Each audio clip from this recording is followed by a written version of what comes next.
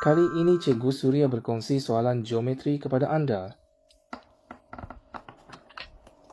Baik, mari kita lihat soalan ini. Luas sebuah paralelogram adalah 8. Jadi ini adalah paralelogram dan di dalamnya ada dua heksagon kosong yang sama besar. Heksagon kosong ini adalah dua heksagon sama sisi yang sama besar seperti ditunjukkan dalam gambar.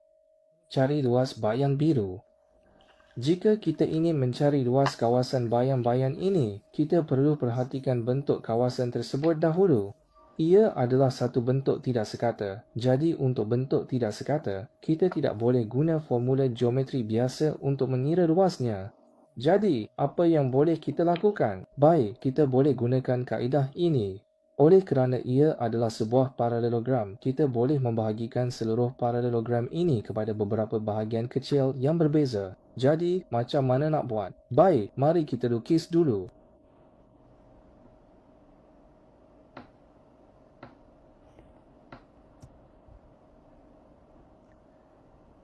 Lukisan bentuk ini mungkin saiznya tak begitu seragam, tapi asalkan faham sudah memadai.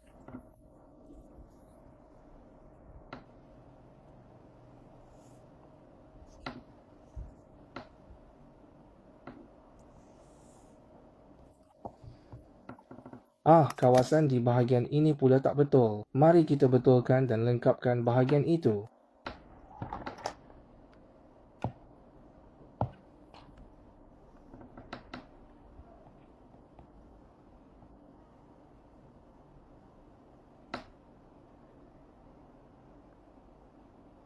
Baik, selepas kita lukis, kita boleh nampak bahawa kita telah membahagikan seluruh kawasan paralelogram ini kepada beberapa bahagian secara keseluruhannya.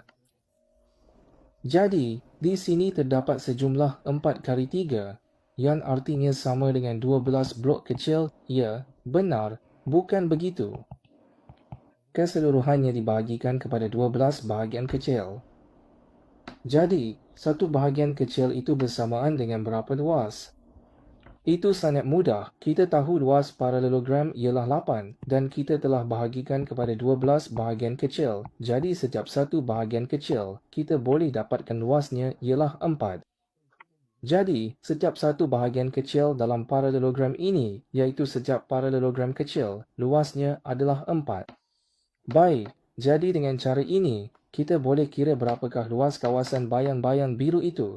Berapa banyak bahagian kecil paralelogram yang diambilnya. Mari kita lihat dulu. Di sini, ini adalah satu bahagian penuh. Saya tandakan dengan warna merah. Ini satu bahagian penuh. Ini satu bahagian penuh. Ini satu bahagian penuh. Dan ini juga satu bahagian penuh. Yang ini separuh blok. Yang ini separuh blok. Yang ini separuh blok. Dan yang ini separuh blok. Baiklah. Maka 4 blok separuh adalah bersamaan dengan 6 blok selari lengkap. Berdasarkan ini, kita boleh selesaikan soalan ini. Maksudnya, secara keseluruhan, ada 6 bahagian kecil.